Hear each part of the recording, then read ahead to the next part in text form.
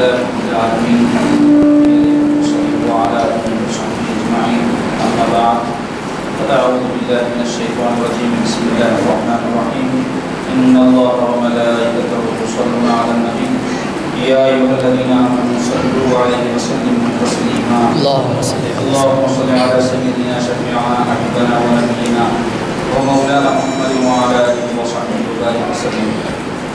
حاضرین مجلس، ماہ رمضان شریف کی مناسبت سے روزے تراویح وغیرہ کے فضائل اور اس سے ضروری باتوں پر رسول پاک علیہ الصلوۃ والسلام کے جو ارشادات عالیہ ہیں اس کے بیان کا سلسلہ چل رہا ہے. آج انشاءاللہ ماہ رمضان کی مناسبت سے کچھ احادیث آپ کے سامنے بیان ہوں گے. حضرت ابو ہریرہ رضی اللہ تعالیٰ عنہ سے روایت ہے، رسول اللہ صلی اللہ علیہ وسلم نے ارشاد فرمایا، جو آدمی سفر وغیرہ کی شرعی رخصت کے بغیر اور بیماری جیسے عذر کے بغیر رمضان کا ایک روزہ بھی چھوڑے گا، وہ اگر اس کے بجائے عمر بھر بھی روزے رکھے تو جو چیز فوت ہو گئی وہ پوری ادا نہیں ہو سکتی. مسند احمد معارف حدیث. یہ تو حدیث پاک کی کتابوں میں حدیث نقل کی گئی ہے. حضرت ابو ہریرہ رضی اللہ عنہ کے راوی ہے. اس حدیث پاک میں بلا عذر روزے کو چھوڑنے کا کیا نقصان ہے وہ بیان ہو رہا ہے. تو روزے اللہ تبارک و تعالیٰ نے تمام مسلمانوں پر فرض کیے ہیں، فرض عین ہے، ہر فرد کو روزہ رکھنا ہے. البتہ جیسا کہ ہر حکم کے اندر کچھ استثناء ہوتے ہیں، کچھ حکم کی بنیاد پر وہ حکم سے وہ بندہ اگر معذور ہو تو مستثنیٰ ہو جاتا ہے. ایسے ہی روزے میں بھی شرعی طور پہ بعض چیزوں کو معذوری قرار دیا گیا ہے. ایک معذوری ہے سفر، کہ آدمی کوئی مسافر ہو اور وہ سفر پر جائے 72 کلومیٹر کے، تو ایسے شخص کو شریعت اجازت دیتی ہے کہ وہ اس وقت سفر کے دوران 15 دن سے کم کا اگر ارادہ اس کا ہو تو جب تک وہ باہر رہے اپنے گھر سے روزہ چھوڑ سکتا ہے. اس کو کوئی گناہ نہیں اور بعد میں اس کو قضا کرنا ہے. اگر کوئی شخص جو ہے آسان سفر پر جا رہا ہے اور روزہ رکھ لے تو فرض ادا ہو جائے، لیکن چاہے تو چھوڑ بھی سکتا ہے، چھوڑا تو گناہگار نہیں ہوگا، اور اگر رکھ لے تو اس کا فریضہ ادا ہوتا ہے، اس کو جو ثواب جزا کو ملتا ہے وہ انشاءاللہ مل جائے. اور دوسری صورت ہے بیماری. بیماری یعنی آدمی ایسا مریض ہو، ڈاکٹر کہے کہ بھائی آپ روزہ مت رکھو، اپنی مرضی کی بیماری ہے، سر میں درد ہے معمولی، پیٹ میں درد ہے، تھوڑی سی حرارت آ گئی، اگر رات میں دیر تک جگہ تھا، یہ سارے جو عذر ہاتھ میں درد ہو رہی، یہ شرعی عذر نہیں ہے. یہ جو عذر کیا اس کو بولی کہ مرض ایسا ہو کہ روزہ رکھنے سے وہ مرض میں اور اضافہ ہو جائے، یا مرض ایسا ہو کہ روزہ رکھنے کی اس میں طاقت ہی نہ ہو مریض کو، تو وہ اس کا اندازہ کون کرے گا؟ یا تو مریض اپنے انتہائی تجربے سے کر سکتا، یا پھر کوئی مسلمان اور جو ہے عادل ڈاکٹر ایسا ہو جو عادل سے ہوگا، فاسق نہ ہو. مسلمانوں میں بھی کئی جو ڈاکٹر ایسے ہیں جو فاسق ہیں، یعنی کبیرہ گناہوں کے مرتکب ہوتے، شراب پیتے ہیں، زنا کرتے ہیں، ایسے لوگوں کی جو ہے بات دین کے اندر قابل قبول نہیں ہو. تو اگر کوئی مسلمان ڈاکٹر جو عادل ہو، فاسق نہ ہو، ویسا ڈاکٹر کہے کہ نہیں بھائی آپ کو شوگر کا مرض ہے، اس میں آپ ایسا رکھیں تو بیمار زیادہ ہو جائیں گے آپ، یا آپ کا مرض بڑھ جائے گا یا نقصان ہو جائے گا، تو ایسی صورت میں روزہ چھوڑ سکتے ہیں. اب اگر ایسی کوئی صورتیں نہ ہو جو شرعی عذر کی ہیں، جیسے عورتوں میں بعض چیزیں شرعی طور پہ ایسی ہیں جن میں روزہ چھوڑنے کی ان کو اجازت دی گئی، اس کے علاوہ اگر چیزوں پر کوئی روزہ چھوڑ دے تو اس کا وبال کیا ہے کہ ساری عمر بھی اگر وہ روزہ رکھے تو اس روزے کا وہ بدل نہیں ہو سکتا، یعنی اتنی اہمیت ہے اس فرض روزے کی. اب آئیے افطار سے متعلق کچھ احادیث آپ کے سامنے بیان ہوں گی. حضرت انس رضی اللہ تعالیٰ عنہ سے روایت ہے کہ رسول اللہ صلی اللہ علیہ وسلم مغرب کی نماز سے پہلے چند تر کھجوروں سے روزہ افطار فرماتے تھے، اور اگر تر کھجوریں بر وقت موجود نہ ہوتی تو خشک کھجوروں سے روزہ افطار فرماتے تھے، اور اگر خشک کھجوریں بھی نہ ہوتی تو چند گھونٹ پانی پی لیتے تھے. جامع ترمذی معارف الحدیث میں یہ حدیث پاک نقل کی گئی. حضرت انس سرکار کے غلام خاص ہیں، 10 سال تک حضور کی خدمت میں رہے. وہ روایت کرتے ہیں کہ حضور پاک علیہ السلام روزہ کس طرح کھولتے تھے، اور وہ بات معلوم ہو رہی ہے حدیث پاک سے کہ کھجور سے روزہ کھولتے ہیں. تر کھجور کو تو جو سوکھی نہ ہو، اور ہمارے پاس جو باہر سے آتی کھجوریں سعودی عرب وغیرہ سے، اس میں خاص رہتی ہے، نرمی رہتی ہے، اور جو ہے جو کھجور ہمارے پاس شیر خورما وغیرہ میں سوکھے ڈالتے تو اس کو جو ہے سوکھی کھجور ہوتے تو یہ موسم میں جب کھجور آتا تو وہ تر ہوتا موسم اگر نہ رہا کھجور کا تو پھر جب سوکھ جاتا ہے تو وہ جو ہے کھجور کو خورما بولتے ہیں ہمارے پاس اس واسطے وہ چونکہ کھجور میں شیر خورما بولتے جو بناتے ہیں اس میں دودھ میں خورما ڈال دیتے ہیں اس واسطے اس کو شیر اور خورما ہوتے ہیں شیر کے معنی دودھ کے ہوتے ہیں خورمے کے معنی کھجور کے ہوتے ہیں تو رسول پاک صلی اللہ علیہ وسلم کی عادت مبارکہ کیا تھی سنت پاک کیا تھی کہ روزہ وضو کھجور سے افطار کرنا تو اگر کھجور میسر ہو تو کھجور سے کرنا تر نہ ہو تو سوکھی کھجور سے کرنا سوکھی کھجور بھی نہ ہو تو پانی سے اس سے مراد یہ ہے کہ ان چیزوں سے ہم کو افطار کرنا چاہیے اگر یہ نہ ہو تو پھر کوئی پھل وغیرہ سے جو ہے افطار کر سکتے ہیں اور آگ سے جو پکی ہوئی چیزیں جیسے دال ہے یا بھجی ہے جو ہمارے پاس زیادہ کھائے جاتے ہیں یا دہی بڑے ہے تو ایسی چیزوں سے ابتدا نہیں کرنا افطار ابتدا کھجور سے کرنا وہ نہیں ہے تو پانی سے کرنا وہ نہیں ہے تو بعد نمک سے کرنا اور وہ بھی نہیں ہے تو جو ہے اس سے کر لینا لیکن آپ حضور کی عادت یہ تھی حضرت سلمان ابن عامر رضی اللہ عنہ سے روایت ہے رسول اللہ صلی اللہ علیہ وسلم نے ارشاد فرمایا جب تم میں سے کسی کا روزہ ہو تو وہ کھجور سے افطار کرے اور اگر کھجور نہ پائے تو پھر پانی سے افطار کرے اس لیے کہ پانی اللہ تعالیٰ نے طہور بنایا یعنی پاکیزہ چیز ہے پاک چیز ہے تو کھجور سے یا پھر پانی سے حضرت عبداللہ بن عمر رضی اللہ عنہ سے روایت ہے رسول اللہ صلی اللہ علیہ وسلم جب افطار فرماتے تو کہتے تھے ذهب الظمأ وقلت العروق وثبت الاجر انشاءاللہ سنن ابی داؤد معارف الحدیث یعنی روزے کے بعد کی یہ دعا ہے یہ بھی دعا پر پڑھ سکتے ہیں ذهب الظمأ کے معنی ہے پیاس چلی گئی ویسے روزہ کھولتے شدت کی حالت میں گرمی رہتی روزہ کھولتے پیاس دفع ہو جاتی ذهب الظمأ وقلت العروق اور ساری جو ہے رگیں تر ہو آدمی جب روزہ کھولتا ہے تو سستی ختم ہو جاتی ہے تازگی آ جاتی ہے وثبت الاجر انشاءاللہ اور اللہ نے چاہا تو اجر ثابت ہو گیا روزہ رکھنے کا تو یہ ارشاد پاک ہے حدیث پاک میں اس کو یاد کر لے کے ہم کو ثواب کے لیے اس کو پڑھنا چاہیے تراویح سے متعلق ایک حدیث پاک کا مفہوم آپ کے سامنے بیان کیا جائے گا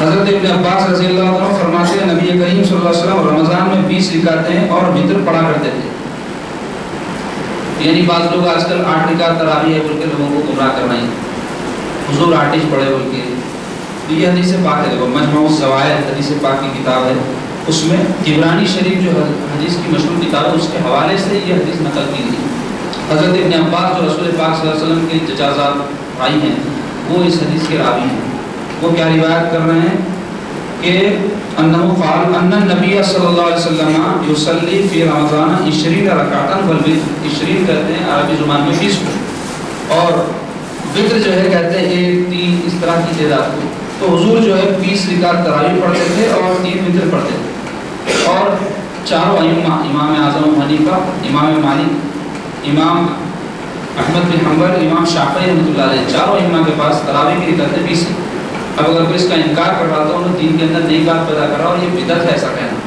اور لوگوں کو گمراہ کرنا ہے ان کا مقصد ہے تو ان کو چاہیے 20 رکعت تراویح پڑھنا اور تراویح کے بارے میں یہ بات آپ ذہن میں رکھ لیں کہ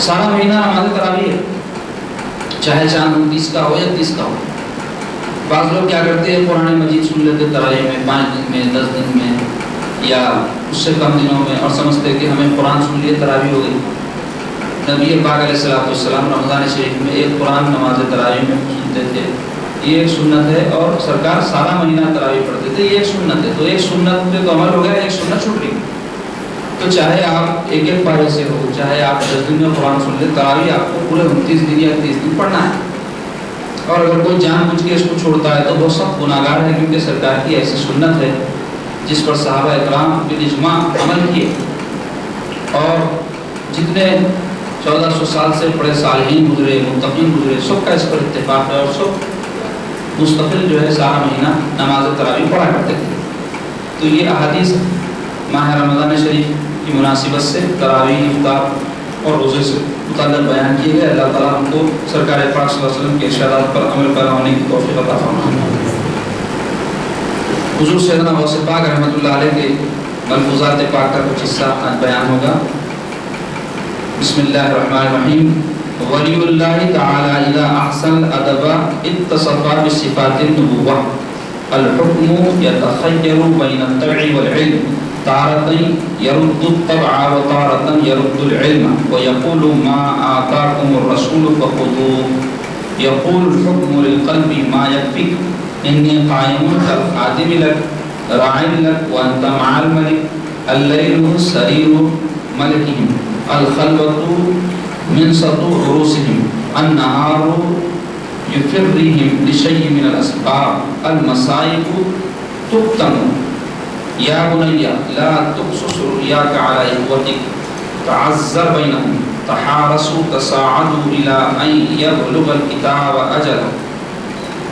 الکتاب اجلہ اسأل عنی منکرا ونکیرا عند مجیئہما الی قبرک فإنہما یخبرانک عنی اسمک مذنب اسمک غدا محاسب ومناقش انت فی القبر مدعوم. فرماتے ہیں سیدنا غوث پاک اللہ کا ولی جب حسن ادب میں کامل ہو جاتا ہے تو صفات نبوت سے متصف بن جاتا ہے اور حکم طبیعت کو علم کے درمیان متحیر ہوتا ہے کہ کبھی رد کرتا ہے طبیعت کو اور کبھی رد کرتا ہے علم کو اور کہتا ہے جو کچھ بھی تم کو رسول عطا فرما دیں اس کو لوگ قلب سے کہا کرتا ہے کیا تیرے لیے یہ بات کافی نہیں کہ میں خادم بنا ہوا تیرے سامنے کھڑا ہوں میں تیرا محافظ ہوں اور تو بادشاہ کی معیت میں ہے. رات ان حضرات کا گویا شاہی تخت ہے اور خلوت ان کی دلہن کا چھپر کھٹ کہ ان کی ساری لذت رات کے وقت اور خلوت کی حالت میں ہوتی ہے کیونکہ دن بعض اسباب میں مشغولیت کی وجہ سے ان کو متوحش بنائے رکھتا ہے. مصیبتوں کو چھپانا چاہیے کہ اسی سے قرب حق نصیب ہوتا ہے. چنانچہ یعقوب علیہ السلام نے یوسف علیہ السلام کو نصیحت کی تھی بیٹا اپنی خواب اپنے بھائیوں کو مت سنا دیجیے لوگوں کے سامنے معزز بنا رہے ورنہ شکوہ افلاس وہ اظہار مصیبت کی بدولت نظروں سے گر جائے گا. ایک دوسرے کے محافظ اور معین بنے رہو یہاں تک کہ لکھت اپنی میعاد کو پہنچ جائے اور جو کچھ مقدر ہے پورا ہو جائے. جب تیری قبر میں منکر و نکیر آویں تو میری بابت ان سے پوچھیے ہو کہ وہ تجھ کو مجھ سے باخبر بنائیں گے. آج تیرا نام مذنب یعنی گناہ گار ہے اور فردہ قیامت کو تیرا نام محاسب کو مناقش ہوگا کہ تجھ سے حساب بھی لیا جائے گا اور جرح بھی کی جائے گی. تو قبر کے اندر بدحال ہوگا. ان ارشاد پاک میں حضور غوث پاک رحمۃ اللہ علیہ اہل اللہ کے حسن ادب کے بعد جب اس میں کمال پیدا ہوتا ہے تو ان کے خلق کے کیا احوال ہوتے ہیں اس کو بیان فرمانے کے ساتھ شب باشی یعنی رات کو جاگنے کی فضیلت اور مصیبت اور مصائب کو ضبط کرنے کی تاکید اور اس کی اہمیت کو واضح فرما ہے. سب سے پہلے تو فرماتے اللہ کا ولی جب حسن ادب میں کامل ہو جاتا ہے یعنی اللہ کی جناب میں. حسن ادب کیا ہے کہ ہر وقت قلب اس کا اللہ کی طرف لگا رہتا ہے اور چشم زدن کے لیے بھی غفلت نہیں ہوتی تو صفات نبوت سے متصف ہو جاتا ہے.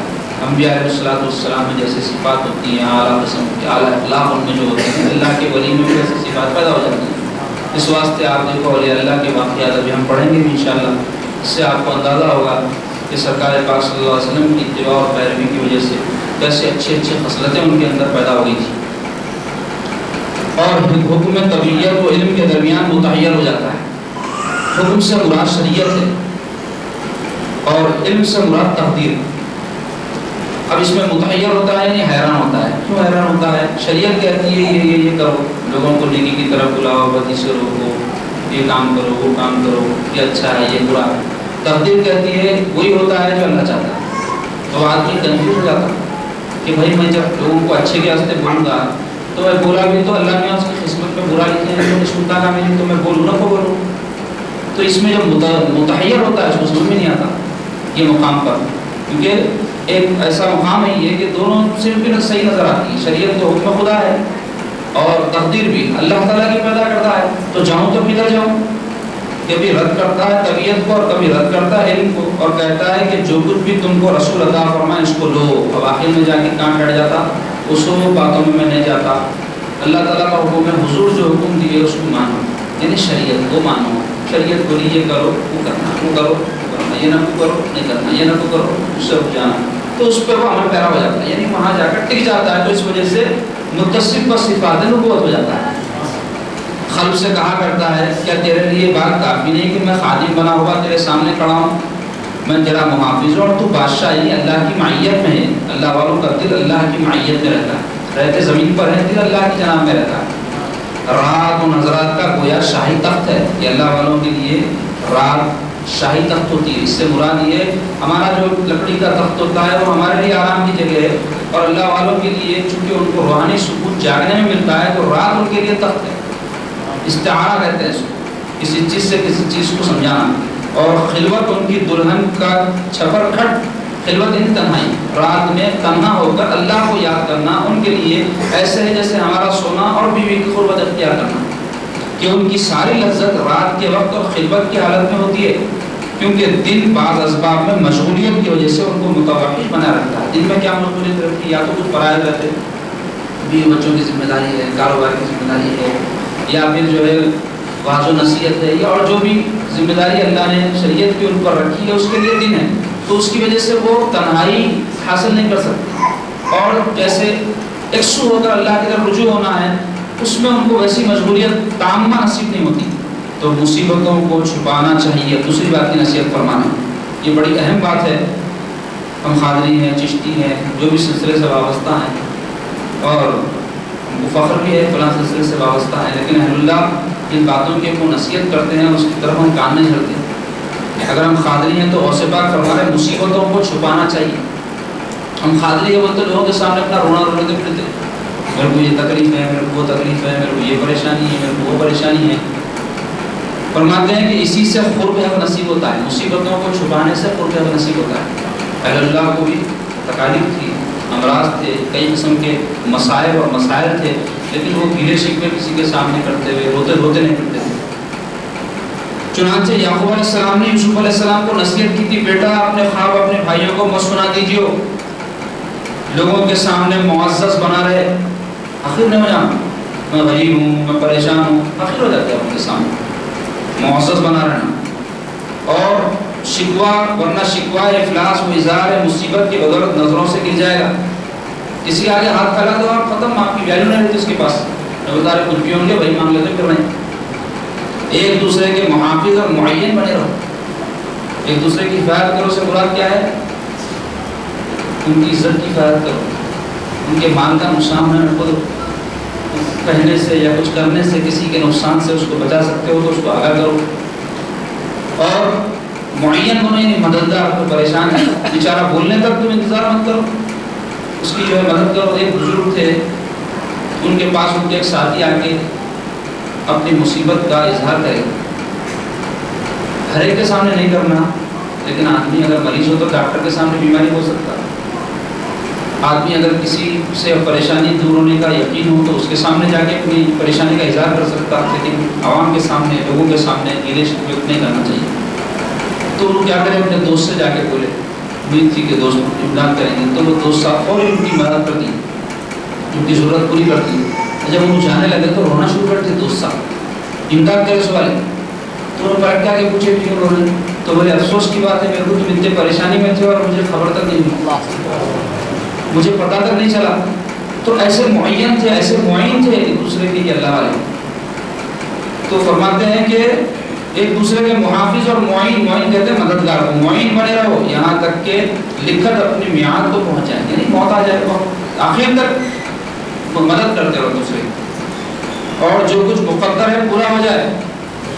جب تیری قبر میں منکر و نکیر آوے تو میری بابت ان سے خوشی ہوگی، بہت بڑی بات ہے یہ۔ اولیاء اللہ میں بہت کم اولیاء ہیں جنہوں نے اس قسم کی گفتگو کی ہے، ان میں سے غوث پاک رحمۃ اللہ علیہ آپ فرما رہے ہیں قبر میں منکر نکیر آئے تو پوچھ میں کون ہوں، سے بول رہے ہیں کہ وہ تجھ کو مجھ سے باخبر بنائیں گے۔ آج تیرا نام مذنب، مذنب کہتے گناہگار، اور فردہ قیامت یعنی میدان قیامت میں تیرا نام محاسب و مناقش ہوگا، اپنا محاسبہ کرنے والا اور جھگڑا کرنے والا، جس تجھ سے حساب بھی لیا جائے گا اور جھگڑا بھی کی جائے گی، ایسا کیوں کیا، ویسا کیوں کیا، تو خبر کے اندر بدحال ہوگا۔ تو ایسے گناہگار جو کوئی ہوتے ہیں یا کوئی ایسے لوگ ہوتے ہیں جو اطاعت خدا و رسول سے بھاگتے ہیں، تو وہ خبر میں بھی متوحش رہیں گے، سکون نہ رہیں گا ان اور جو اللہ اس کے رسول کی اطاعت کر کے دنیا سے جائیں گے تو قبر میں بھی آرام سے رہیں گے، محشر میں بھی اور جنت میں بھی انشاءاللہ۔ اللہ تبارک و تعالیٰ ہم کو ان ارشاد پاک کا صحیح فہم عطا فرمائے اور اس کے مطابق عمل پیرا ہونے کی توفیق بخشے۔ فقہی مسائل میں ماہ رمضان کی مناسبت سے روزے کے مسائل کا آغاز ہوا تھا، جس میں اس سے قبل میں نے روزے کے فرائض، روزے کی سنتیں، روزے کے نوافل کی تفصیل بیان کی تھی۔ آج روزے کے مفسدات کا بیان ہوگا۔ مفسدات کہتے ہیں روزہ توڑنے والی چیزیں، روزہ توڑنے والے کام۔ تو روزہ توڑنے والے کام دو طرح پر ہیں۔ ایک وہ ہے کہ اگر ان طریقوں سے روزہ ٹوٹ جائے یا ان باتوں سے یا ان چیزوں سے روزہ ٹوٹ جائے تو قضا اور کفارہ دونوں کرنا پڑتا ہے۔ قضا کہتے ہیں ایک روزے کے بدلے میں ایک روزہ رکھنے، اور کفارہ کہتے ہیں ایک روزے کے عوض ایک روزہ رکھنے کے علاوہ ایک غلام بھی آزاد کرنا۔ اگر یہ نہ ہو تو لگاتار 60 روزے رکھنا، یہ بھی نہ ہو سکے تو 60 مسکینوں کو 2 وقت کا کھانا کھلانا، اس کو کفارہ بولتے ہیں۔ تو پہلے وہ صورتیں بیان ہوں گی کہ اگر ان صورتوں سے روزہ ٹوٹ جائے تو قضا اور کفارہ دونوں ہیں، یعنی رمضان کے بعد وہ جو روزہ ٹوٹ گیا تھا وہ ایک روزہ رکھنے کے ساتھ ساتھ یا تو 60 متواتر کنٹینیوس روزہ رکھنا، یا 60 مسکینوں کو اگر وہ نہیں کر سکے تو 60 مسکینوں کو 2 وقت کا کھانا کھلانا۔ وہ کیا کیا ہے؟ پہلا مسئلہ اور سے ذہن میں رکھ لیں، روزے دار کا ایسی چیز کو جو غذا یا دوا یا لذت کے طور پر استعمال کی جاتی ہے، خاصتاً کھا لینا یا پی لینا، دوا، غذا یا لذت کے طور پر جو چیز استعمال کرتے ہیں اگر اس کو ہم جان بوجھ کے روزے کی حالت میں کھا لیے تو اس سے روزہ ٹوٹ جاتا ہے۔ اب یہ اس طرح سے روزہ ٹوٹ گیا تو قضا بھی کرنا ہے، کفارہ بھی کرنا ہے، کیونکہ خسدن کو توڑ لیا بغیر کوئی وجہ کے۔ چلو بھائی کوئی مرض ہو گیا، کوئی بیماری ایسی ہو گئی جس کی وجہ سے روزہ توڑنا ضروری ہو گیا، توڑ لے رہے ہیں تو صرف قضا کرنا ہے۔ لیکن ایسا کچھ بھی نہیں تھا، نہیں بھائی میں نہ رکھتا، توڑ لیتے روزہ بول کے خسدن توڑ لیے تو قضا بھی کرنا اور کفارہ بھی کرنا۔ دوسرے خسدن جمع کرنا، یعنی جانتے بوجھتے روزے میں ہوں بیوی سے صحبت کر لیے تو اس سے بھی روزہ ٹوٹ جاتا، قضا اور کفارہ دونوں۔ تیسرے سرما یا تیل لگانے یا مسواک کرنے یا پچھنا لگانے سے یہ سمجھ کر کے اس سے روزہ ٹوٹ گیا ہوگا، خاصتاً کھا پی لینا یا جمع کرنا۔ سرما لگانے سے روزہ نہیں ٹوٹتا، سر میں تیل ڈالنے سے روزہ نہیں ٹوٹتا، مسواک سارا دن افطار سے پہلے تک کرنے سے بھی روزہ نہیں ٹوٹتا۔ اب اگر کوئی صاحب ایسا کرے، یا پچھنا کہتے ہیں طریقہ علاج تھا پہلے کہ خون جو ہے اس سے جسم سے خارج کرتے تھے، اضافی جو خون وہ خاص اس کے ماہر رہتے تھے وہ کرتے تھے، تو وہ طریقہ علاج تھا اس زمانے میں، وہ خون فسد بھی کہتے ہیں اس کو۔ اس سے کیا ہوگا، اضافی خون جسم سے نکل گیا تو کئی قسم کے خون کے اضافے کی وجہ سے جو بیماریاں ہوتی ہیں آدمی اس سے بچ جاتا، تو روزے کی حالت میں خون بہانے سے روزہ خراب نہیں ہوتا۔ تو ایسا کوئی کرے، سرما لگائے، تیل لگائے، مسواک کرے یا پچھنے لگائے تو یہ سمجھ کر کے اس سے روزہ ٹوٹ گیا، ایسا کرنے سے ان کو نہیں معلوم تھا، مگر انہوں نے سمجھا ایسا کرے تو روزہ ٹوٹ جاتا۔ اب کیا کرے، کھا لیا، روزہ ٹوٹ گیا نا بھیا، پیڑ ہو کے کھا لیا، اب پانی بھی پی لیے، اب وہ روزہ ٹوٹ گیا، سوچتے کچھ شہوت بھی کر لے تو بیوی سے ہو کر لیے، تو اب جو روزہ ان کا ٹوٹا جب نہیں ٹوٹا اس کی وجہ سے ان کو قضا اور کفارہ دونوں کرنا۔ تو یہ جو مسائل تھے وہ کس کے تھے، روزہ ٹوٹنے پر قضا اور کفارہ دونوں کرنے کے۔ اب آئیے کفارہ کسے کہتے ہیں، اس کی توضیح تو میں کر دیا، کیا کرنا ہے، غلام آزاد کرنا، وہ طریقہ تو ہے نہیں، یا 60 مسکینوں کو پہلے کیا کرنا ہے، 60 روزے رکھنا، وہ رکھنے کی ہمت طاقت نہیں ہے تو جب 60 مسکینوں کو 2 وقت کا کھانا کھلانا۔ تو اب آئیے قضا جو ہے صرف جس سے کرنا ہے، کون سے کام ہیں کہ جو سرزد ہو جائے روزے میں تو ایک روزے کے بعد میں روزہ رکھ لینا ہے، اس کی تفصیل۔ اس کا پہلا مسئلہ ہے بھول کر کھا پی لینے یا جمع کرنے سے یہ سمجھ کر کے روزہ ٹوٹ گیا ہوگا، پھر خصدن کھا پی لینا یا جمع کرنا۔ کوئی بھولے سے کھا لے پی لے یا بیوی سے صحبت کر لے روزے میں تو اس کا روزہ نہیں ٹوٹتا، روزے دار ہے، بالکل جیسا روزہ ہمیشہ پر رہتے ویسا روزہ۔ لیکن بھولے سے کھانے پینے کی وجہ سے کوئی یہ صاحب سمجھ لیے کہ میرا روزہ ٹوٹ گیا بھائی، بول کے آپ پیڑ بھر کے کھا لیں تو اب اس کی وجہ سے ان کا روزہ ٹوٹا۔ بھولے سے کھانے پینے سے نہیں ٹوٹا تھا، اب جو اختیار سے کھا لیے تو ٹوٹا، تو اس کی وجہ سے کیا کرنا ہے، قضا کرنا بعد میں۔ دوسرا مسئلہ، کلی کرتے وقت یا غوطہ لگاتے وقت بے اختیار حلق میں پانی اتر جانا، تو اس سے کیا ہوتا ہے، روزہ ٹوٹ جاتا، مگر اس سے صرف قضا کرنا ہے، کیونکہ آپ ہونا بول کے نہیں توڑ رہے، غلطی سے پانی چلے جائے گا، تیر رہے تھے پانی میں چلے جائے، نہ رہے تھے حلق میں پانی چلے جائے، کلی کر رہے تھے حلق میں پانی چلے جائے، روزہ یاد نہیں تھا غرغرہ کر لے رہے ہیں پانی چلے جا رہا ہے تو اس سے روزہ ٹوٹ جاتا ہے، مگر صرف قضا کرنا ہے۔ تیسرا مسئلہ ہے ناس لینا، ناس قسم کا پاؤڈر ہوتا ہے، بعض لوگ اس کو ناک میں کھینچتے، تو روزے کی حالت میں اگر کوئی کھینچ لیا اس کا روزہ ٹوٹ جاتا ہے اور اس کو قضا کرنا پڑتا ہے۔ چوتھا مسئلہ ہے کان یا ناک میں دوا یا تیل ڈالنا، کان میں یا ناک میں، یہ دو سوراخوں میں اگر کوئی دوا یا تیل ڈالے تو روزہ ٹوٹ جاتا ہے۔ اس کے برعکس اگر پانی کے خطرات کو ٹپکائے تو اس سے روزہ نہیں ٹوٹتا، اور کان یا ناک میں دوا یا تیل ڈالنے سے جو روزہ ٹوٹ گیا تو اس سے صرف قضا لازم آتی ہے۔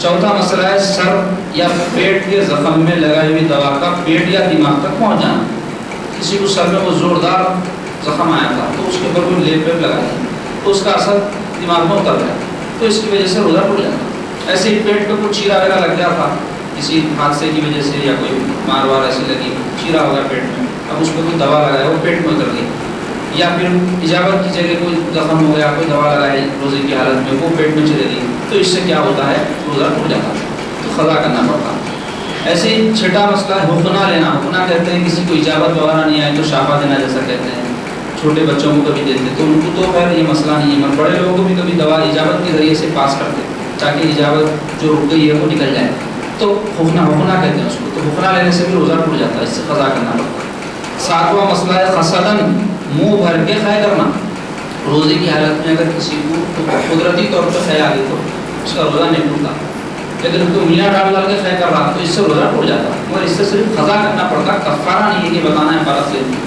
آٹھواں مسئلہ ہے بے اختیار منہ بھرائی ہوئی خے کو لوٹا کر نکل جانا، خے میں جو ہے کھانا، بلغم، خون، یہ چیزیں اگر کسی خے میں آئی اور انہیں یہ سوچ کے کہ میں خے کر دیا تو روزہ کام ہو جاتا ہے کہ بلکہ خے کو برداشت کر کے واپس لوٹا لیا تو اب روزہ ٹوٹ گیا اس کا، حالانکہ خے کر دیتا تو نہیں ٹوٹتا، تو جو اختیار کے ساتھ اندر لوٹایا تو اس سے روزہ ٹوٹ گیا تو اس کو قضا کرنا پڑے گا۔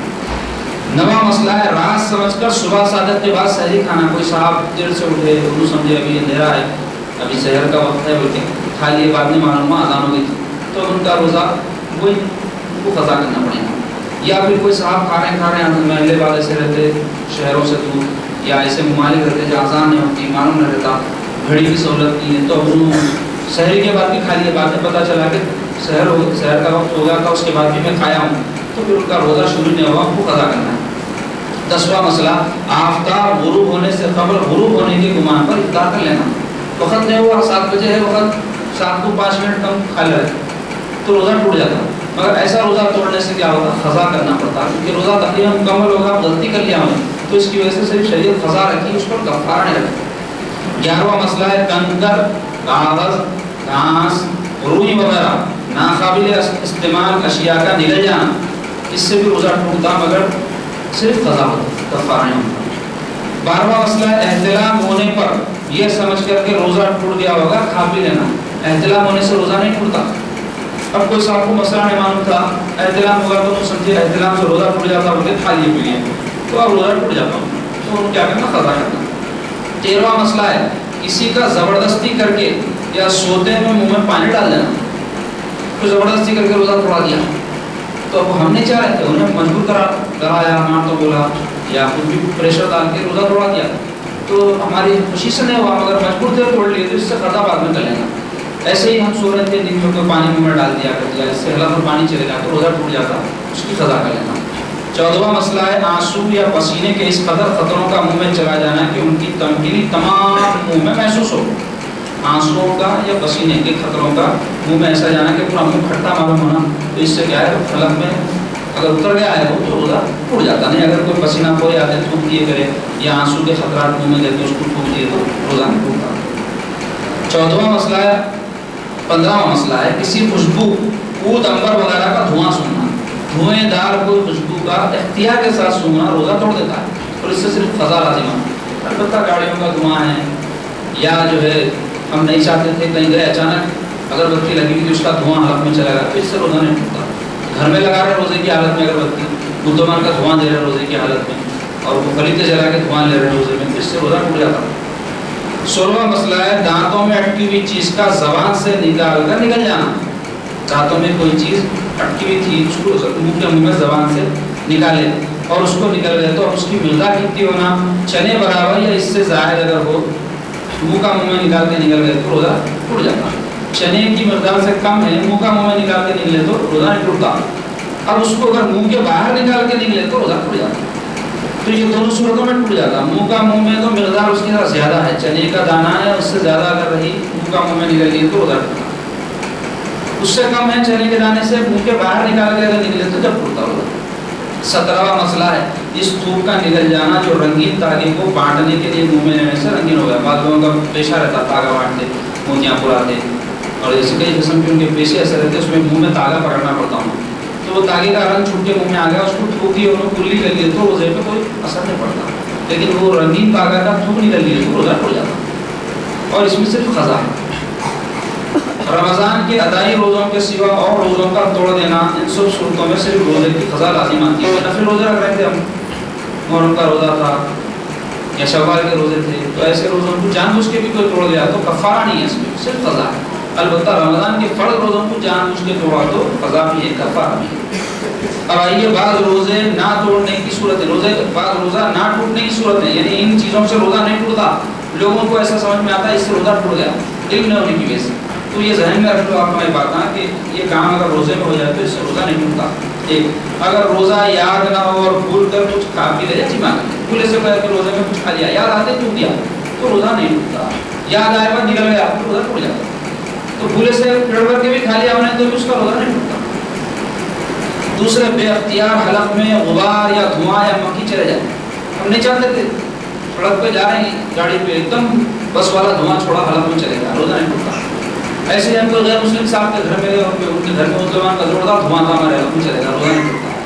کیونکہ ہمارے اختیار کے ساتھ نہیں ہو رہا، ہم نہیں چاہ رہے تھے، ہو گیا فوری واپس آ، روزہ نہیں ٹوٹتا. دوسرے بے اختیار خے ہو جائے، اگرچہ منہ بھر کے کئی مرتبہ بھی اگر خے ہو جائے تو روزہ نہیں ٹوٹتا. روزہ نہیں. چوتھے احتلام ہو جائے روزے کی حالت میں تو روزہ نہیں ٹوٹتا. دانتوں سے خون نکل کر حلق میں پہنچ جائے مگر تھوک پر غالب نہ ہو. تھوک پر غالب ہے نہیں ہے کیسا معلوم ہونا؟ تھوک کے دیکھنا تھوڑا، اگر تھوک کی سفیدی ہے تو غالب نہیں ہے، خون کی لالی زیادہ ہے غالب ہے. تو اس سے اندازہ کر لینا کہ اگر خون کی لالی والا تھوک ہم نکل لیے ہیں تو ہمارا روزہ چلے گا، اور تھوک کی سفیدی والا اگر تھوک نکلے ہیں تو روزہ نہیں لے. ان تمام صورتوں میں روزہ نہیں ٹوٹتا. اور اگر کسی کا روزہ ٹوٹ جائے تو حکم یہ ہے کسی وجہ سے، بیمار ہونے کی وجہ سے روزہ توڑ لیا ہم نے، یا پھر جو ابھی مسائل بیان ہوئے نہیں معلوم تھا مسئلہ اور پھر یہ سمجھ کے کہ روزہ ٹوٹ گیا ہے کھا پی لیا، تو ویسا آدمی باقی پورا دن بھوکے پیسے لے کے گزارنا. اب میرا روزہ ٹوٹ گیا نا بھائی، میں سب کے سامنے کھایا تو کیا ہوتا، بلکہ سب کے سامنے کھانا پینا ہے. احترام رمضان یہ ہے کہ وہ سب کا منہ بنا کے روزہ داروں کی جیسے رہنا.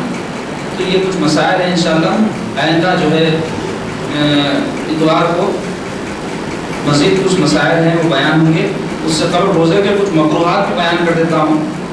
روزے میں وہ امور جس سے روزہ ٹوٹتا تو نہیں، روزے کا ثواب چلا جاتا ہے، روزے دار کو اس کو فرض ادا ہو جاتا ہے، اس کا قضا کرنے کی بھی ضرورت نہیں ہے، اس کو نہ کفارہ دینے کی ضرورت ہے، مگر روزہ رکھ کے بھوکے پیسے کیسے نہیں جائے. تو کیا کیا ہے؟ بلا ضرورت کوئی چیز چکھنا یا چبانا. بلا ضرورت بول تو ضرورت کب ہے؟ ضرورت بعض صورتوں میں ہے کہ چکھ سکتے ہیں. مثلا کوئی عورت کا شوہر ظالم اور جاہل ہو اور انہیں کھانا وانا پکائی تو ہمیشہ لڑتا اس سے، ایسا پکائی ویسا پکائی، مرچی زیادہ کری، نمک زیادہ کری، ایسا کری ویسا کری. تو ویسی عورت جو ہے ایسے جاہل ان پڑھ اور جو ہے غصے والے شوہر کے شر سے بچنے کے واسطے کچھ پکائی تو روزے کی حالت میں ایک آدھ مرتبہ چکھ لے سکتے. یا پھر بہت بڑی مقدار میں کھانا پکا، ہزاروں لوگوں کو بلا رہے ہیں، اب بورچی صاحب ہیں روزے سے، اب کھانا پکانے سے پہلے انہوں اگر چکے نہیں تو کھانا خراب ہوا کرا تو ان کا وہ سب کھانا خراب ہوتا تو انہوں تھوڑا بچہ لے سکتے. ایسی بات صورتوں میں گنجائش ہے. ایسا کچھ بھی نہیں ہے، لوگ روزانہ عورتیں پکا رہے گھر میں، جو پکایا مردہ کھا لے رہے خوشی سے، پھر بھی اس کو چکھتے جا رہے ہیں، تو ایسا کرنے سے روزے کا جو ہے ثواب چلے جاتا ہے، مکروہ ہے ایسا عمل. دوسرے کلی کرنے یا ناک میں پانی چڑھانے میں مبالغہ کرنا. کلی کرنے میں غرارہ نہیں کرنا روزے میں. عام وقت میں جب وضو میں کلی کرتے تو ایسا اوپر کلی اٹھا کے پانی حلق تک پہنچانا.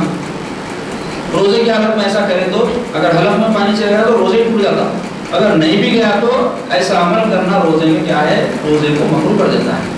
ایسے ہی ناک میں پانی چڑھایا وقت بھی روزے کی حالت میں وضو کے دوران کھینچنا نہیں پانی. دوسرے استنجا میں مبالغہ کرنا ہے، پیخانے کے وقت جو پانی استعمال کرتے ہیں بہت زیادہ دیر تک پانی سے جو ہے شرمگاہ کو نہیں دھونا، کیونکہ اس سے پانی میدے میں پہنچ گیا تو روزہ ٹوٹ جاتا، تو اس سے اجتناب کرنا. چوتھے منہ میں پانی دیر تک رکھنا. کلی کے ہاستے پانی لے لیے گرمی کے دن آئے منہ میں رکھ رہے پورے میں، تو ایسا کرنا کیا ہے، مکروہ کرتا ہے روزے کو. 5واں مسئلہ ہے منہ میں تھوک جمع کر کے نکل جانا. تھوک آنا نکل جا رہے ہیں, آنا نکل جا رہے ہیں, کوئی فرق نہیں پڑتا. بہت سا تھوک جمع کر کے نکل رہے ہیں, روزہ مکروہ ہو جاتا ہے. 6 سحری کھانے میں اتنی دیر کرنا کہ صبح ہونے کا اندیشہ ہو. صبح ہو جائے تو روزہ نہیں ہوتا. صبح ہونے کا اندیشہ قریب کا قضا ہونے کے وقت تک کھینچ رہے شہری کو, تو ایسا کرنے سے کیا ہوتا ہے, روزے میں کراہیت پیدا ہو جاتی ہے. 7ویں کوئلہ چبا کر دانت مانجنا, اسی طرح پیسٹ وغیرہ برش استعمال کرنا بھی اسی حدود میں ہے. البتہ مسواک کرنے میں کوئی حرج نہیں ہے, کسی بھی وقت روزے میں جتنا چاہے مسواک کر سکتے ہیں. 8واں مسئلہ افطار بہت تاخیر سے کرنا, وقت ہونے کے بعد بھی 5 منٹ 2 منٹ 3 منٹ تک افطار نہیں کرنا تو روزہ مکروہ ہو جاتا. 9واں مسئلہ ہے روزے میں غیبت کرنے سے روزہ مکروہ ہو جاتا. غیبت کسے بولتے ہیں, کسی شخص کی پیٹھ پیچھے اس کی ایسی کوئی بات بیان کرنا, اس کے سامنے بولے تو اس کو برا دینا, اس کو غیبت بولتے ہیں. پیٹھ پیچھے ایسی کوئی بات بیان کرنا, ارے وہ موٹے صاحب کو کالے, ارے انہیں ایسا جو بولتے ہیں نا, تو اس کے سامنے بولتے آپ ایسے نہیں بولتے, بولے تو اس کو برا دکھتا, تو غیبت ہے, سمجھ لینا ہے. تو روزے میں غیبت کرے تو کیا ہے, روزہ تو رہتا, ثواب چلے جاتا. تو روزہ رہنے کے تو ثواب کیا رہ رہے ہیں, روزہ رہنے کے کوئی ڈسپلن پیدا ہونا زندگی میں بول کر رہ رہے ہیں, روزہ رہنے کے کوئی تقویٰ پیدا ہونا بول کے روزہ رہ رہے ہیں, روزہ رہنے کے کوئی برائیوں کی عادت چھوڑنا بول کے روزہ رہ رہے ہیں, روزہ رہنے کے کوئی نیک بننا بول کے روزہ رہ رہے ہیں. تو کوئی نہیں بن رہے ہیں, کوئی نہیں حاصل ہو رہا, تو پھر روزہ کہہ رہے ہیں بھوکے پیسے رہنے. اس وقت سرکار فرمائے بہت سے روزہ دار ایسے ہیں سوائے بھوکے پیسے رہنے کے ان کو کچھ بھی نہیں ملتا, لیکن ثواب ملتا ہے نا, تربیت ہوتی. تو روزہ ڈسپلن پیدا ہونے کے لیے زندگی میں یہی ٹائم پہ کھاؤ, 1 منٹ پر بعد کھائیں گے تو روزہ نہیں, فوری کھا لو, دیر سے کھائیں گے تو روزے کا ثواب نہیں ملے گا. تو یہ زندگی میں ڈسپلن ہے یہ. اور مسلمانوں کی زندگی بالکل بد نظمی کی ہے. سونے کا وقت مقرر نہیں, کھانے کا وقت مقرر نہیں, کام کرنے کا وقت مقرر نہیں, بیوی بچوں کے واسطے مقرر نہیں, نمازوں کو وقت پہ پڑھنے کا ٹائم نہیں ہے. سو اپنی دل میں ایسا زندگی گزارتے. پھر مسلمان کے مسلمان رہے, جبکہ اسلام نام ہی ڈسپلن کا ہے.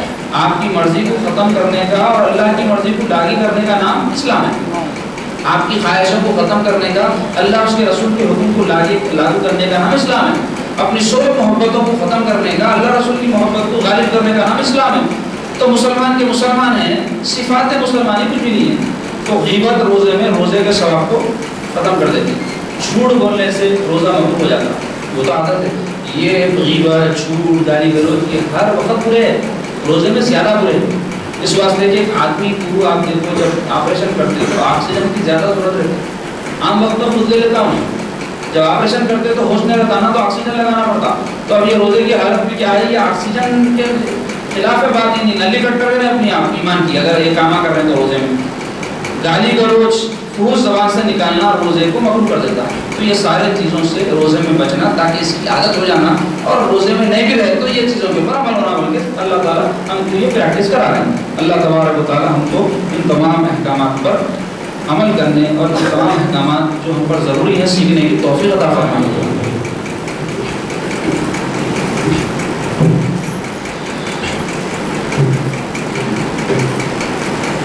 اولیاء اللہ کے واقعات میں حضرت معروف کرخی رحمۃ اللہ علیہ کے حالات و مناقبات بیان ہوئی. حضرت معروف کرخی آپ طریقت و حقیقت کے مقتدا و پیشوا تھے. طریقت اور حقیقت کے مقامات روحانی اس کے آپ کیا تھے, امام تھے. لیکن آپ کے والدین نصرانی تھے, آپ کے اماں بابا عیسائی تھے. اور جب آپ کو داخل مکتب بولے تو اسکول میں ڈالا گیا تو معلم نے یہ درد دینا چاہا کہ ثالث ثلاثہ یعنی خدا 3 ہے. بولو عیسائیوں کے پاس عقیدہ ہے کہ خدا ایک مریم علیہ السلام یا جبرائیل علیہ السلام اور ایک جو ہے عیسیٰ علیہ السلام, 3 خدا کا تصور ان کے پاس. 3 in 1 مانتے خدا کو لوگ. ہمارے پاس کیا ہے 1 in 1 اللہ ہی اللہ, اور ان کے پاس کیا یہ تینوں کو ملا کے خدا, اور ایک ہی خدا کے 3 روپ. تو یہ ان کا عقیدہ ہے. تو وہی سکھانے گئے حضرت کو. آپ نے کہا هو اللہ احد, کیا بولے آپ کو صاحب کو, اللہ ایک ہے بولے, خدا تو ایک ہے. اور شرط خوب کرنے کے باوجود بھی آپ نے خدا کو 3 نہیں کہا. ہمارے یہاں بچہ ہو کہ ہم کو ایسا ہوتا اللہ ایک ہے بول کے بولتا, آپ کے مارے ہو استاد, تو بھی آپ بولے اللہ ایک ہے, اللہ ایک. اور وہاں سے فرار ہو گئے, بہت مارے پیٹے تو بھاگ گیا وہاں سے. اور حضرت علی بن موسیٰ رضا کی خدمت میں حاضر ہو کر مشرف اسلام ہو گئے اور انہیں سے بیعت حاصل کی.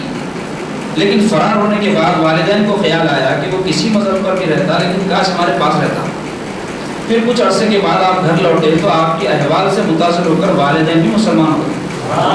اور بہت عرصے حضرت داؤد طائی رحمۃ اللہ علیہ کی خدمت میں رہ کر فیوز باطنی سے سیراب ہوتے رہے. حضرت محمد بن توسی رحمۃ اللہ علیہ سے روایت ہے, ایک مرتبہ میں نے ایک نشان دیکھ کر پوچھا کہ کل تک تو یہ نشان آپ کو نہیں تھا، پھر آج کیسے ہو گیا؟ فرمایا کہ رات کو حالت نماز میں مجھے مکہ معظمہ پہنچنے کا تصور آ گیا، اور وہاں پہنچ کر طواف کعبہ کے بعد جب چاہے زمزم یعنی زمزم کے کنویں پر پہنچا تو میرا پاؤں پھسل گیا، اور یہ اسی کا نشان ہے۔ اللہ تعالیٰ اپنے اولیاء کو ایسی رفتار عطا فرماتا ہے کہ وہ آن کے آن میں اللہ تعالیٰ کو جان چاہتا ہے پہنچا دیتا ہے۔ پہلے یہ باتیں بولے تو اس سے دکھتے تھے حضرت کے زمانے میں، اس واسطے کہ نہ پلینا تھے نہ راکٹا تھے نہ یہ تھا نہ وہ تھا۔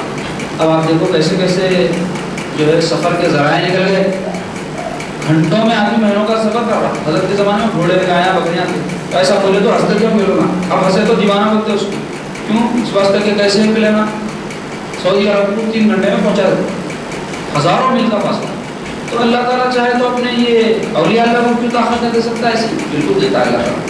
ایک مرتبہ قرآن اور مصلی مسجد میں چھوڑ کر آپ دریا پر پاکیزگی کی نیت سے تشریف لے گئے، ضرورت کیا تھے؟ حضرت قرآن مجید اور مصلی مسجد میں رکھے، دریا اسنا یعنی اس بیچ میں ایک گڑیا آپ کا قرآن و مصلی مسجد سے اٹھا کے چلتی بنی سٹنگ کر لیے، اور جب راستے میں آپ سے ملاقات ہوئی تو وہ پھر آپ کو ملی، اس کو نہیں معلوم تھا ان کا حضرت واپس آ رہے تھے مصلی اور حضرت کی قرآن لے کے جا رہی، تو آپ نے گردن جھکا ہوئے گڑیا سے فرمایا کہ کیا تمہارا کوئی بچہ قرآن پڑھتا ہے؟ کچھ کیا حضرت کوئی بچہ تمہارا گھر میں قرآن پڑھتا؟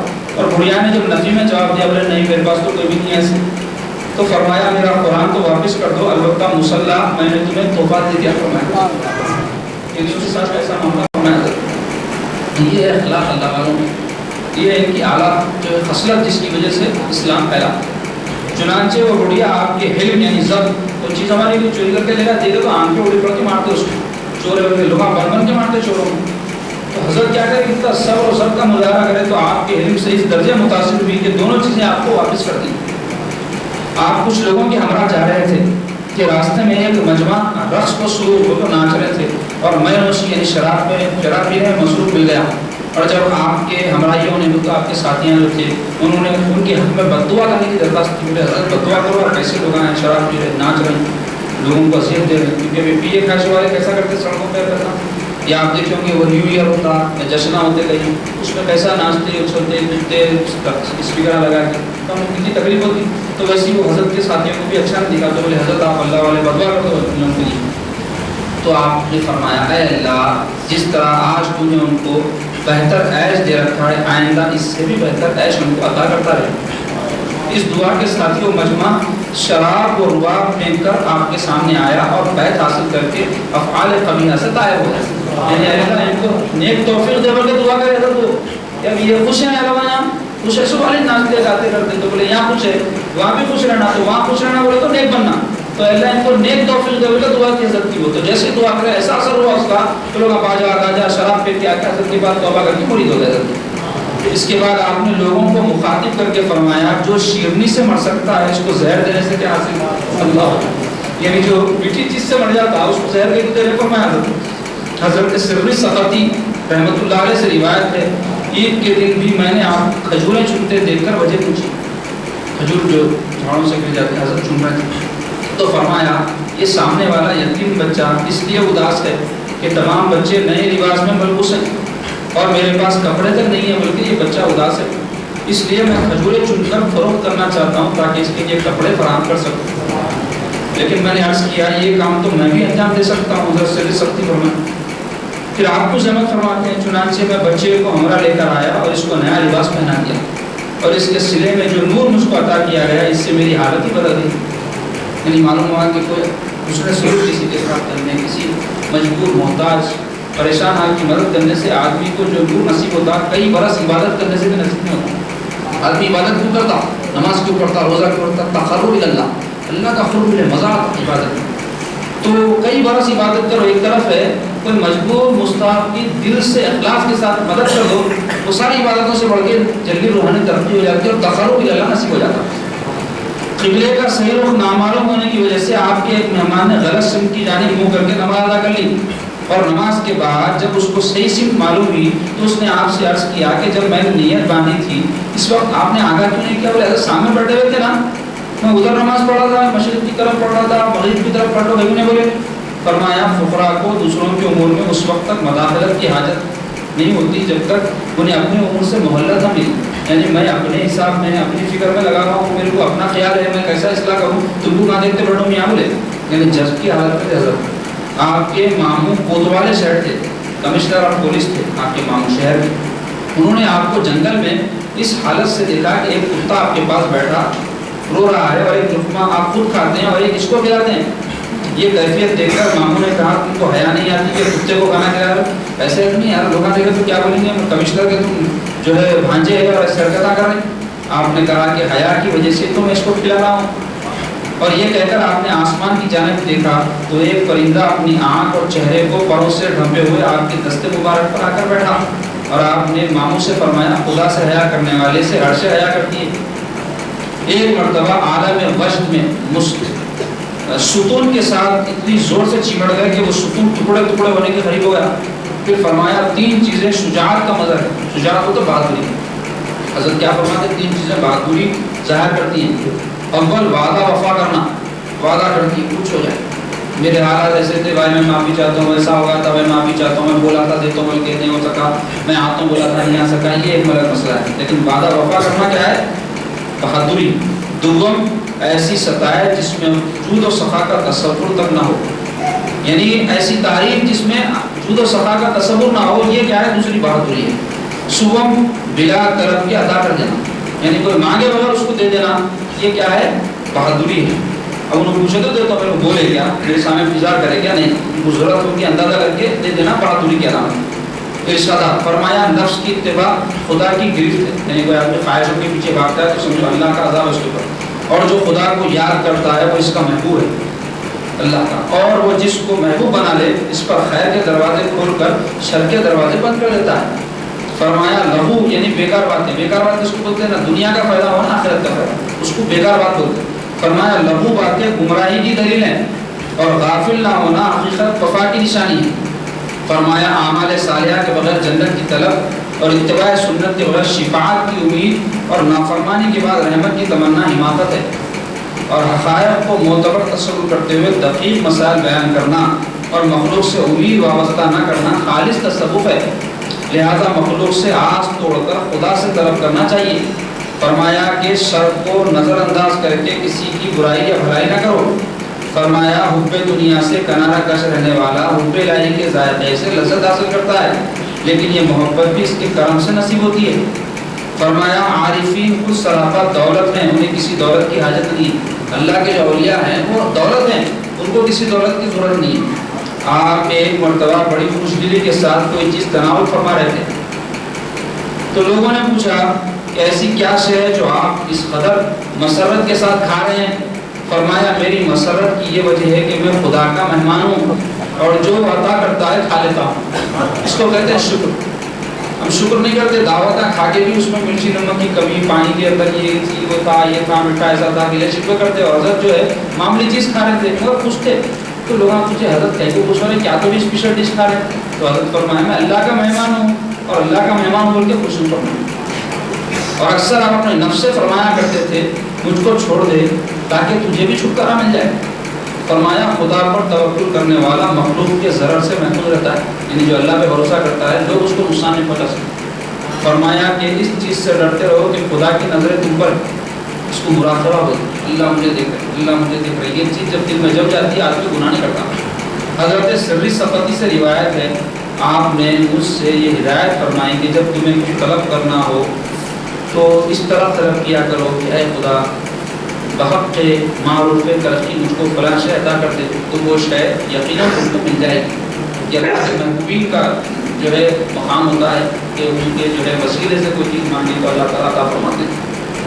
پھر سری سقفی نے فرمایا دم مرد یعنی مرتے وقت آپ نے مجھے یہ وصیت فرمائی کہ مجھ کو بالکل برہنہ دفن کرنا, کیونکہ میں دنیا میں بھی برانے آیا تھا. یہ ایسا کیا نہیں گیا حضرت کو, لیکن یہ آپ کی تواضع اور انکساری تھی. یہ سمجھو کہ آپ مخلوق کو بتانا کہ دنیا میں تم جب آئے تو کچھ بھی نہ لے کے آئے, تو جاتے وقت بھی کچھ بھی نہ کو لے کے جاؤ, یہ بتانے کے واسطے آپ ایسا فرمائیں. اس کے بعد آپ انتقال کر گئے اور آپ کا مزار مبارک آج تک مرجائے خلائق بنا ہوا ہے اور لوگوں کی تمام مرادیں پوری ہوتی ہیں. وفات کے بعد ہر مذہب کے لوگ اپنے اپنے مسلک کے مطابق آپ کی میت اٹھانے پر آمدائے پیکار تھے. سوات کے حضرت کے پاس نصرانی، یہودی، مسلمان تو عیسائیاں بولے ہم اٹھاتے ہیں کی میت، اور یہودیاں بولے ہم اٹھاتے ہیں، مسلمان بولے ہم اٹھاتے، جھگڑا ہوا. یہ دیکھ کر آپ کے خادم نے بتایا آپ کی یہ وصیت تھی کہ جس مذہب کے لوگ زمین سے میرا جنازہ اٹھا لے وہی دفن بھی کرے. حضرت کو معلوم تھا اس کا مطلب یہ کہ ایسا فتنہ ہونے والا ہے. حضرت وصیت کر کے گئے تھے خادم سے کہ جو لوگ میرا جنازہ زمین سے اٹھا لیں گے وہ اٹھا کر کے چلے آئیں. چنانچہ مسلمانوں کے علاوہ وہ کسی سے بھی آپ کا جنازہ نہ اٹھ سکا، اور اسلامی احکام کے مطابق آپ کی تجدید و تکفیر کی گئی.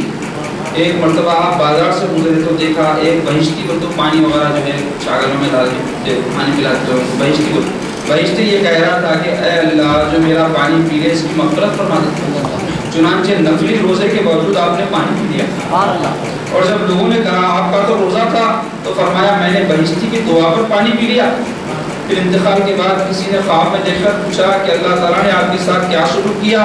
فرمایا بہشتی کی دعا سے مغفرت فرما دی. یہ ہے دیکھو آپ ایمان جسے بولتے ہیں کسی چیز کا اللہ کے اولیاء کو جو یقین ہو جاتا اس کی وجہ سے اللہ تعالیٰ بات دیتے. ہزاروں عبادت ایک طرف ہے اور یقین کی یہ کیفیت ایک طرف ہے.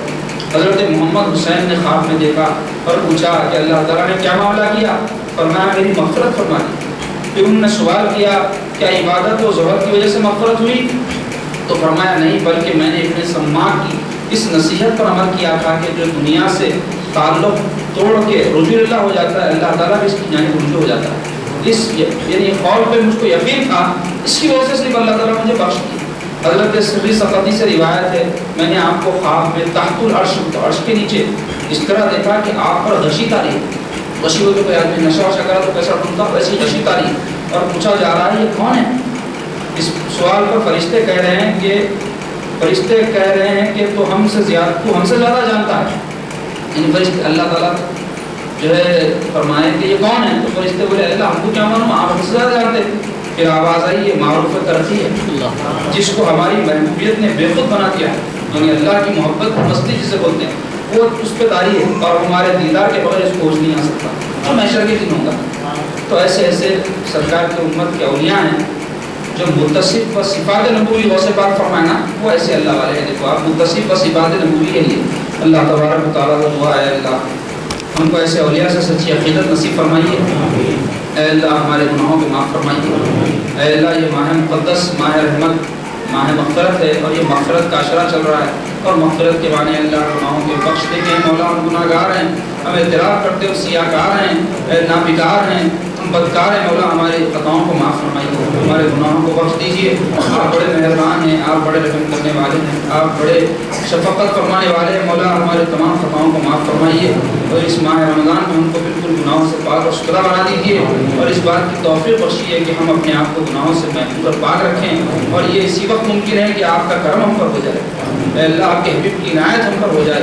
حبیب پاک کے صدقے میں ہماری دعاؤں کو قبول فرمائیے، ہماری خطاؤں کو معاف فرمائیے. اے اللہ ہمیں جو پریشان حال ان کی پریشانیوں کو دور فرمائیے، جو امراض میں مبتلا ہے اس سے ان کو صحت کلی اور شفاء کلی عطا فرمائیے. اے اللہ جو رزق کی تنگی میں مبتلا ان کو رزق میں خوشحالی عطا فرمائیے، ہمارے رزقوں میں برکت عطا فرمائیے. اے اللہ ہم کو حلال اور جائز روزی عطا فرمائیے، حرام روزی سے محفوظ رکھیے، سستی سے کاہلی سے ان کو محفوظ رکھیے.